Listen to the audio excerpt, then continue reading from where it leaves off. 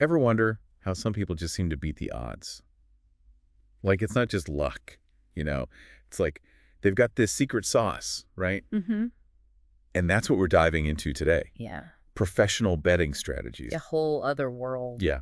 We got our hands on this document, right? And it's basically like a playbook for how these pros operate. It's fascinating stuff.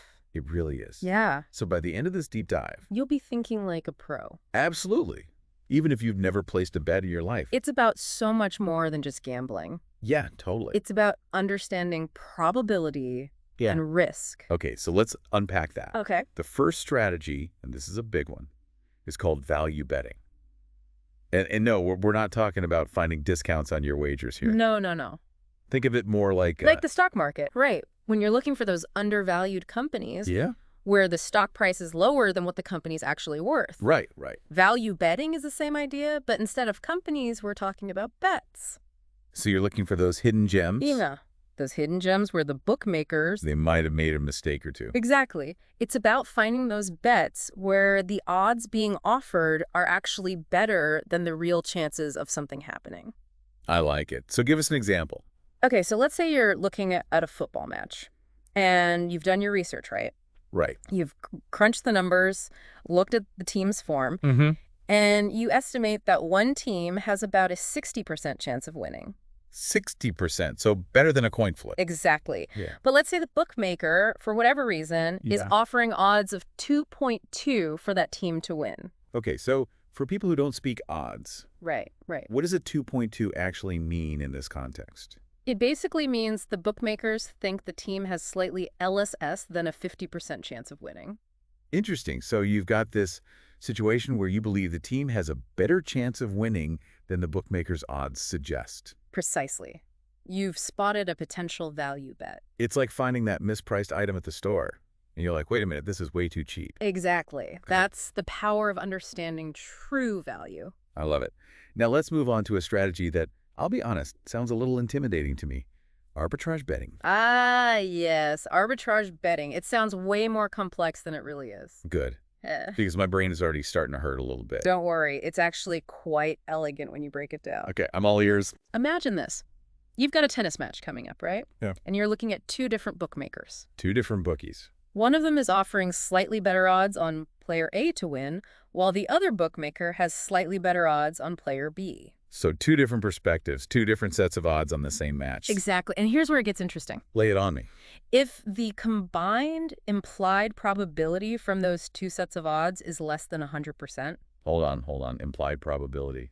You need to translate that one for the folks at home. of course, it's just a fancy way of saying the probability that the odds suggest. So when you see those odds, it's not just about how much you could win, it's also a reflection of how likely the bookmaker thinks that outcome is. Exactly. So implied probability is just another way of looking at the bookmaker's assessment of an event. Got it. Implied probability check. Now back to that magic number, 100%. What's so special about that? Okay, so if that combined implied probability from both bookmakers is less than 100%, Yeah.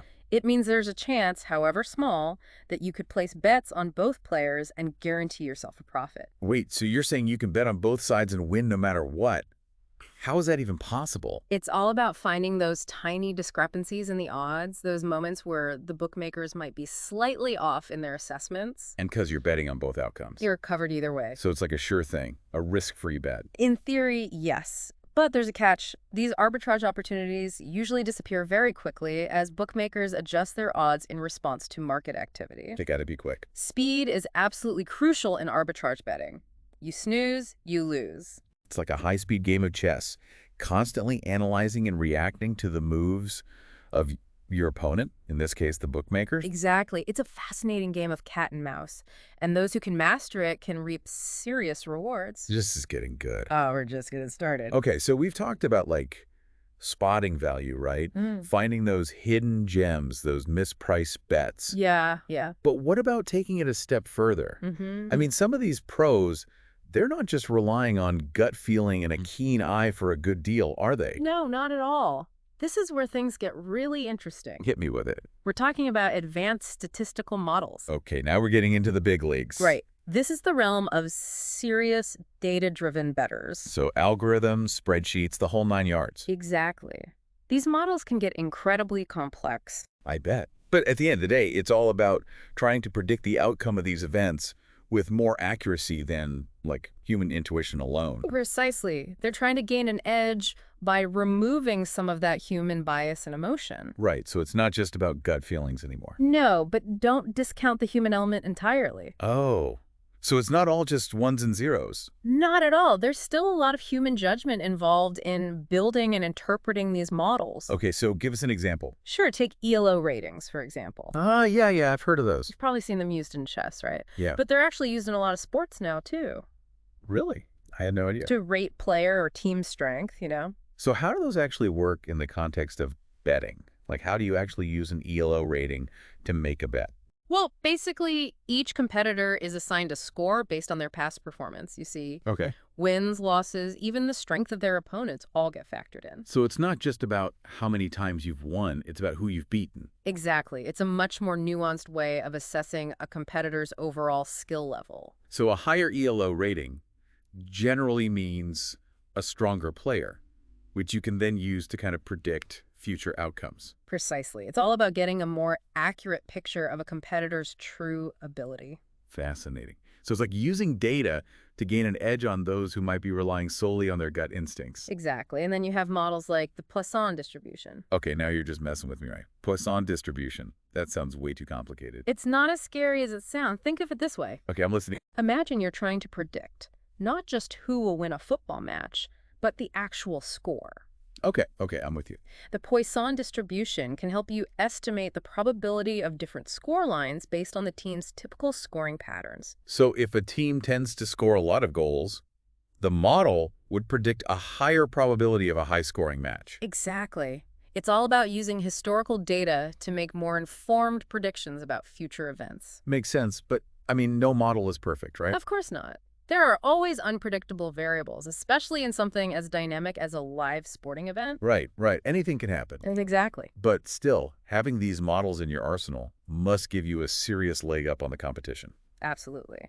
But it's important to remember that even the most sophisticated models are just one tool among many. Right, so it's not like you can just plug in some numbers and print money. No. You still need to do your research, understand the nuances of the game. So you need that human element, Absolutely. that intuition. Precisely. It's like a partnership then, between the data and the human mind. Exactly. And that brings us to another fascinating aspect of professional betting exploiting bookmaker mistakes and promotions. Ooh, now this is something I can get behind. Right. Everyone loves finding a good deal. Absolutely. So how does that work in the world of betting? Well, the truth is, even the biggest, most sophisticated bookmakers, they're not perfect. They made mistakes. It happens. They're dealing with massive amounts of data, constantly adjusting odds across countless markets. Right, it's a lot to keep track of. Exactly. And sometimes those mistakes can create opportunities for savvy bettors. So you're talking about those moments where the odds are just plain wrong. Sometimes it could be a miscalculation, outdated information, or maybe they just haven't had a chance to adjust to some new piece of information. So you really need to be on your toes. Vigilance is key. But there's another side to this, too. You see promotions. Yes. Those enticing offers, like free bets and enhanced odds. Exactly. They might not be true edges in the purely mathematical sense. Right. But they can significantly shift the risk-reward balance in your favor. So it's like getting a head start in a race. In a way, yes. You're essentially getting a little bonus from the bookmaker, which can improve your overall chances of winning. I like it. So give me an example. Okay, let's say a bookmaker is running a promotion where they're offering enhanced odds on a particular team to win. Normally, that team might be priced at 2.0 odds to win, but for this promotion, they're offering a juicy 5.0. Wow, that's a big difference. So even if you don't think that team is particularly likely to win, those enhanced odds might make it worth a shot. Precisely. It's all about understanding how to leverage these promotions to your advantage. Like finding those coupons and discount codes that savvy shoppers love. Exactly. It's about being a smart consumer, even in the world of betting. All right, so we've talked about finding those hidden gems in the betting markets. Yeah. Those mispriced bets, the promotions, all that good stuff. Right. But now let's talk about a strategy that's all about being a savvy shopper, like really knowing how to get the best deal. Okay. It's called line shopping, and it sounds almost too simple to be effective. Yeah. It does sound pretty basic, doesn't it? Right, like how much of a difference can it really make to shop around for the best odds? You'd be surprised. Really? Seriously. It might not seem like much on any single bet, Right. but over time, Yeah. those tiny advantages, they really start to add up. Okay, so walk us through it. What exactly is line shopping, and why is it so important for those who want to, turn those betting profits from like a trickle into a steady stream? I like that. Okay, so imagine you're at the store, right? And you're looking for a specific item. Okay. You wouldn't just buy it from the first store you see without checking the prices at a few other places, would you? Absolutely not. I'm all about finding the best deal. Exactly. Line shopping is the same idea, but instead of comparing prices for groceries or clothes, you're comparing the odds offered by different bookmakers for the exact same bet. Ah, so you're shopping around for the best possible payout on that wager. Exactly. You're looking for those subtle differences in the odds, even if they seem small, because over hundreds or even thousands of bets. Those small differences can add up to big profits. You got it. It's all about maximizing your potential return on every single bet you make. Smart. It's like finding those hidden coupons or discount codes that make you feel like a champion shopper. Precisely. It's about being a smart consumer. I love it. All right, now let's shift gears a bit and talk about some strategies that are a bit more, shall we say, fast-paced. Okay, I'm intrigued. We're talking about exploiting early or in-play odds, which sounds like it requires nerves of steel and lightning-fast reflexes. It definitely requires a certain level of comfort with the risk and a deep understanding of how these markets work. Right, so let's start with in-play betting. Yeah. What is that exactly? Is it as intense as it sounds? It can be. It basically means placing bets on events that are already in progress. So while the game is happening live? Exactly. Let's say you're watching a football match, Yep. and suddenly a key player goes down with an injury. Game changer. Right. Now, the dynamics of the game have completely shifted. And the momentum could totally swing in the other direction. Exactly. And it might take the bookmakers a few minutes, maybe even just seconds, Yes. to adjust their odds to reflect this new information. And that's where the opportunity lies. Precisely. In those few moments, those precious seconds, a savvy bettor who's paying close attention and understands the nuances of the game, Yeah. they can potentially spot a mismatch between the actual state of the game and the odds being offered. So you have to be incredibly quick on the draw. Speed is key, because as soon as the bookmakers catch up. That window of opportunity slams shut. Exactly. Wow, that sounds intense. It's not for everyone, that's for sure. So then what about exploiting early lines? Is that similar to in-play betting, or is it a different beast altogether? It's a bit different. With in-play betting, you're reacting to the events of the game as they unfold in real time. Right. With early lines, it's more about trying to anticipate those events. So you're trying to outsmart the bookmakers by predicting how the odds might change. In a way, yes. Yeah. You're looking for those moments where the initial odds set by the bookmakers Yeah. don't quite reflect the true probabilities of the event. Because the market hasn't had time to fully react yet. Precisely.